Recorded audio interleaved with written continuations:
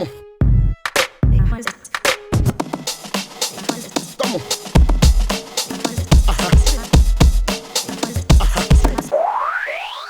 Clément, merci de nous recevoir ici pour cet événement. Alors déjà pour commencer, cette journée, ça symbolise quoi pour toi ? Alors cette journée symbolise, je dirais, le partage. Voilà. C'est vrai que ça me touche particulièrement parce que c'est une association qui vient en aide aux enfants malades et je trouve que c'est un beau projet. Et maintenant je crois qu'ils sont à la 10e année, moi ça va faire la 4e année que je fais ça maintenant que je suis là. Et c'est toujours un plaisir parce qu'on passe beaucoup de bons moments tout en étant utile et c'est ça qui est vachement super, quoi. Ok, ce matin tu as joué au tennis un petit peu, parce qu'il faut savoir que la journée elle était orchestrée, donc du tennis ce matin, après vous avez mangé, après on est là. Tu as joué au tennis ? Ouais, j'ai joué au tennis, j'ai gagné très très bien et j'ai appris un truc, c'est qu'en fait au tennis il faut dire que tu es classé 0.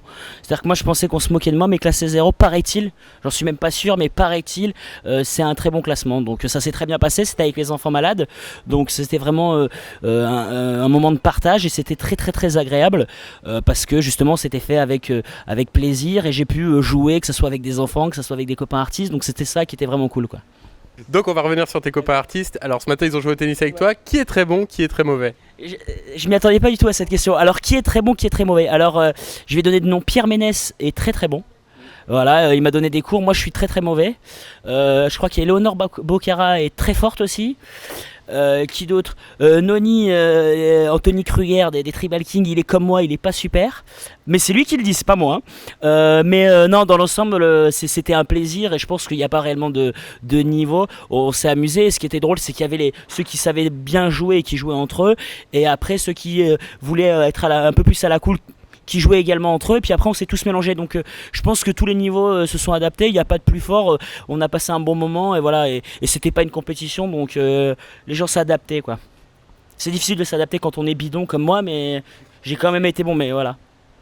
Allez, maintenant on va parler un peu plus de toi. Donc on t'a vu dans la saison 1 de No Limits sur TF1. Raconte-nous un petit peu ton actualité, tes projets pour la suite, tout ce que tu fais. Alors mon actualité, actuellement je suis donc sur la saison 2 de No Limits, où j'ai la chance de reprendre mon rôle récurrent, donc le rôle de Rémi. Je suis super content d'être sur ce projet là. C'est vrai que c'est une très belle série. Elle a quand même fait plus de 7 millions par épisode. Il y en a eu 6 l'année dernière. Là il y en a 8 qui sont tournés ou qui vont être tournés parce qu'on n'a pas tout tourné encore. Donc moi je suis très très content et c'est un privilège d'être là-dessus. Donc ça c'est la série de No Limites. Après j'ai mon deuxième one man show, donc retenez bien ma tête, demain je serai chômeur. Ça c'est mon nouveau one man show, le deuxième. Le premier qui était retenez bien ma tête, demain je serai célèbre, avec lequel j'avais pu faire la première partie de texte, qui est là d'ailleurs, de Michael Gregorio, de Titoff. J'ai eu beaucoup de chance aussi puisqu'il a été adapté en court métrage et à la distribution j'ai le rôle principal, mais on trouve quand même Daniel Russo, Georges Lautner, Michel Crémades, Michel Larosa, Séverine Ferrer et plein d'autres, j'ai pas tous les noms en tête, mais c'est vrai que c'était vraiment une joie et un privilège encore, donc je suis très très content de ce qui m'arrive, je réalise pas trop et j'en profite, et puis après j'espère que ça sera encore plus, mais je suis très content, ouais. C'est une belle année. Ouais, alors justement, là je te demande ça un peu personnellement, mais t'as quel âge en fait, parce que t'es jeune. Ah ouais, je suis très très jeune, ça dépend de l'âge que tu me donnes. Quel âge me donnes-tu ?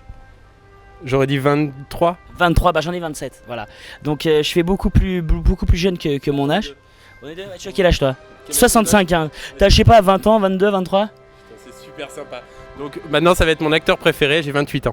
Ah d'accord, on a le même âge, 85. Voilà. C'est la meilleure, 85 représente 95, 95, on aurait 18 ans, on aurait le bac si on était en 95. Voilà. Donc je sais plus quelle était ta question. Donc ta question c'est quel âge ? 27 ans. Ouais, je fais beaucoup plus jeune que mon âge et c'est vrai que voilà, j'ai eu des rôles comme ça, ou j'ai pas eu les rôles, enfin c'est toujours, là c'était problématique, mais pour l'instant moi ça me plaît bien, parce que ma maman m'a dit que quand tu seras plus vieux, tu feras plus jeune, voilà, donc j'ai gardé ça. On nous a dit la même chose. Ouais. Bon écoute, pour finir, juste t'es de la région.